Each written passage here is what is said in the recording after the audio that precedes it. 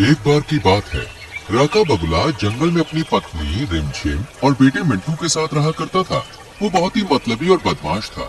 उसका काम था दूसरे पक्षियों को परेशान करना और उनका खाना छीनकर अपने परिवार का पेट भरना। ऐसे ही एक बार रानू चिड़िया अपने पंजों में बड़ा सा सेब दबाए जा रही थी। ओ रानू, कहाँ जा रही है? कुछ नहीं राका भैया, कुकू को बहुत भूख लगी है तो बस उसी के लिए ये सेब लेने गई थी। हाँ, सेब तो बड़ा लाल है। अब इसे कुकू नहीं, मैं खाऊंगा। बहुत भूख लगी है, पर इसका क्या करूं? हाँ, आइडिया। अरे तू यहाँ सेब ले जा रही है, तुझे पता नहीं है क्या मीनू मौसी के बारे में? मीनू मौसी के बारे में? मतलब क्या हुआ उन्हें? ठीक तो है ना? बेचारी कल तक तो ठीक थी, पर आज सुबह ही उन्हें तेज बुखार हुआ। और राका आगे बोल ही रहा था कि तभी पीलू पोपट भागा भागा मीनू मौसी के घर जा रहा था। पीलू कहाँ जा रहा है इतनी तेजी में? मीनू मौसी के घर, अभी जल्दी में हूँ, अब बाद में आता हूँ। इतना कहकर पीलू चला जाता है। इधर राका को अपनी बात सच साबित करने का मौका मिल जाता है। देखा देखा, सब मीनू मौसी के घर जा रहे हैं, तुझे भी जाना चाहिए, और तेरी तो खास है वो। मैं अभी जाती हूँ राका भैया। अरे ये सेब तो देती जा, मैं कुकू को दे दूंगा। रीनू राका को सेब देकर चली जाती है। आहा, मजा आ गया।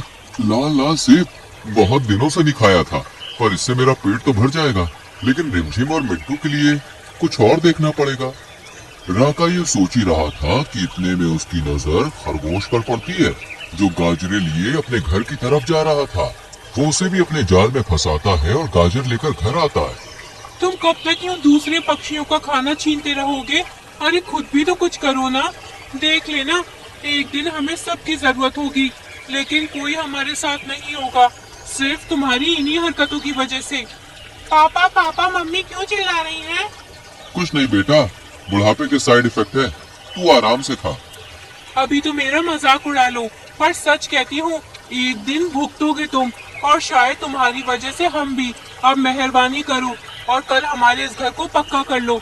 बारिश शुरू होने को है, अगर ये घर नहीं रहा तो हम कहाँ जाएंगे? अरे सब हो जाएगा रिमझिम, तुम क्यों इतना चिल्लाती हो? जरा शांत रहो। दूसरी तरफ रानू मीनू मौसी के यहाँ पहुँचती है, जहाँ पीलू भी मौजूद था। मीनू मौसी, तुम जिंदा हो? पर कैसे? कैसे मतलब? इतनी जल्दी नहीं मरने वाली मैं। और क्यों मरूं? एक ज्योतिष ने कहा था मेरी उम्र बहुत लंबी है। पर एक मिनट, तू ही आज अचानक मेरे मरने की बात क्यों कर रही है? रानू मीनू को पूरी बात बताती है। ये राका कभी नहीं सुधर सकता। वो हर बार तुझे कुछ न कुछ कहता है और तेरा खाना छीन लेता है। अरे कुछ तो अकल दौड़ाया कर। पर इस बार तो राका भैया ने हद ही कर दी। इतना बड़ा झूठ मैं तो उन्हें कभी माफ नहीं करूंगी। लेकिन एक बात नहीं समझ आई कि ये पीलू तुम्हारे यहाँ इतनी जल्दी में क्यों आया था? अरे ये तो कल मेरी मेकअप किट ले गया था अपनी पत्नी के लिए। आज मुझे मेरी दोस्त के यहाँ शादी में जाना है, तो बस वही किट मंगवाई थी। हाँ, और देर ना हो जाए इसलिए तुमसे ज्यादा बात नहीं की। और मुझे लगा कि मीनू मौसी। इसके बाद रानू अपने घर चली जाती है, पर राका की वजह से वो कुकू के लिए खाने को कुछ नहीं ला पाई थी। घर में भी कुछ नहीं था, इसलिए वो जैसे तैसे उसे भूखा ही सुला देती है। और फिर अगले दिन सुबह से ही तेज बारिश शुरू हो जाती है। राका, राका, जल्दी उठो, बाहर बारिश शुरू हो गई है। और मिंटू, उसे बहुत तेज बुखार है, पूरा बदन तप रहा है और हमारी छत भी टपकने लगी है। अब हम क्या करेंगे? तुम पहले कैसे भी करके वैद्य भालू को लेकर आ। तुम चिंता मत करो, मैं अभी वैद्य भालू को लेकर आता हूँ। हमारा मिंटू ठीक हो जाएगा। बाहर बहुत तेज बारिश हो रही, चारों तरफ छोटे छोटे गड्ढों में पानी भरना भी शुरू हो गया था। इतनी बारिश है, कैसे जाऊँ? और जाना तो पड़ेगा, मेरे बच्चों का सवाल है। राका इतनी बारिश में भी वैद्य भालू को लाने के लिए उसकी गुफा में पहुँचता है। भालू भैया, जल्दी से बाहर आओ, मेरे बेटे की तबीयत बहुत खराब है, उसे इलाज की जरूरत है। भालू भैया, जल्दी आओ। राका खूब आवाज लगाता, लेकिन सामने से कोई आवाज नहीं आती। राका को समझते देर नहीं लगती कि वैद्य भालू घर पर है ही नहीं, इसलिए वो दौड़ा दौड़ा अपने घर जाता, जहाँ अब उसके घर में पानी भरना शुरू हो गया था। कहा था मैंने इस घर को पक्का कर लो, पर मेरी नहीं सुनी तुमने। अब देखो, एक तरफ तो मिंटू की हालत सुधरने का नाम नहीं ले रही है, और अब ये पानी, ऐसे में कहाँ जाएंगे हम अपने बच्चे को लेकर? ये सब देखकर राका बहुत दुखी होता है। तुम चिंता मत करो, कुछ नहीं होगा मिट्टू को। मैं अभी दूसरे पशु पक्षियों से मदद मांगता हूँ, कोई तो हमारी मदद करेगा। राका एक एक करके सभी पक्षियों का दरवाजा खटखटाता है। क्या है रे राका, तू इतनी सुबह सुबह मेरे दरवाजे को तोड़ने में लगा है, क्या चाहिए? मीनू मौसी, मेरे घर में पानी भरने लगा। मिट्टू की तबीयत बहुत खराब है, क्या आप हमें अपने घर में पनाह देंगी?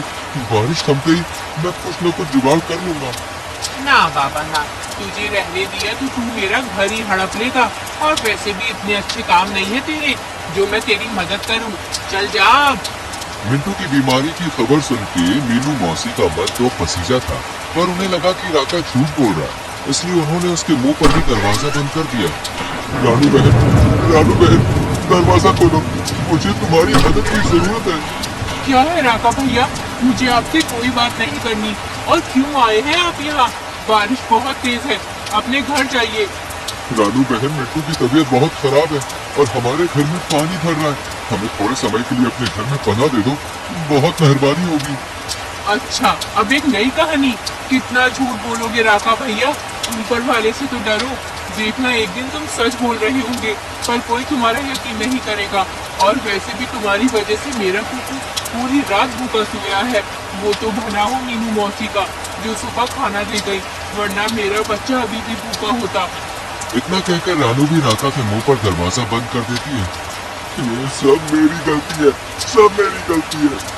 राका फिर वो अपने घर जाता है तो देखता है कि पूरे घर में पानी भर चुका है और रिमझिम मिंटू के लिए बाहर पानी में भीग रही है। राका ये कुछ बोल नहीं रहा है, मेरा तो दिल बैठा जा रहा है। तुम वैद भानु को क्यों नहीं लाए? मैं गया था रिमझिम, पर वो घर पर नहीं है। तो कोई माना हमें घर में जगह देने के लिए? नहीं रिमझिम, आज जिंदगी में पहली बार मुझे एहसास हो रहा है कि मैंने जो किया वो कितना गलत था। तुम सच कहती थी, मेरी वजह से तुम दोनों को भुगतना पड़ेगा। आज वही हो रहा है। मिट्टू, मैं क्या करूँ कुछ समझ नहीं आ रहा। इस वक्त पीनू पोपट का यहाँ से उड़ना हुआ और उसने इन दोनों की बातें सुन ली। रानू, जल्दी दरवाजा खोलो। अरे पीलू, मीनू मौसी, तुम दोनों, क्या हुआ? सब ठीक तो है? नहीं, पीलू ने मुझे बताया मिंटू सच में बहुत बीमार है। राका का पूरा घर पानी पानी हो गया है और वो बेचारे मिंटू के साथ बारिश में खड़ा है। हे भगवान, मतलब राका भैया सच कह रहे थे, वो यहाँ आए भी थे मदद मांगने, पर मैंने, ये कैसा पाप हो गया मुझसे। मीनू मौसी, पीलू, हमें तुरंत उनकी मदद करनी होगी। अरे राका भैया, चाहे जैसे भी हो, पर मिंटू वो तो बच्चा है। मैं जानता हूँ, इसलिए तो ये सब मीनू मौसी को बताया।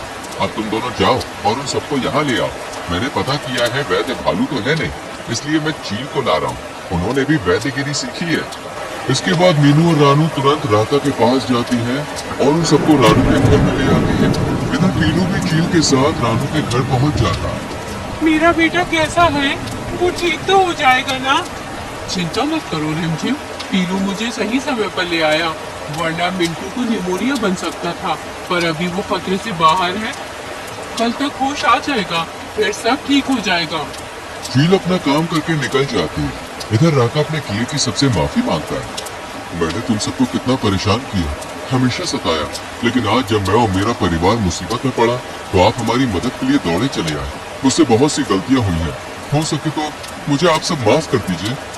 नहीं राका भैया, बल्कि गलती तो हमसे हुई है, जो हमने आपकी बात पर विश्वास नहीं किया। और वैसे भी आपकी गलतियों की सजा हम बेचारे इस मासूम को क्यों दे? शुक्र है भगवान का जो ये ठीक है, वरना हम तो अपने आप को माफी नहीं कर पाते। सच कह रही है रानू, ये तो भला हो इस पीरू का जो इसने तुम दोनों की बातें सुन ली और हमें बता दिया। पर राका, एक बात याद रखना, जो तूने अब तक किया है ना, ये सब उसी का नतीजा है। सही कहती हो मौसी, मेरे ही कर्मों का फल है।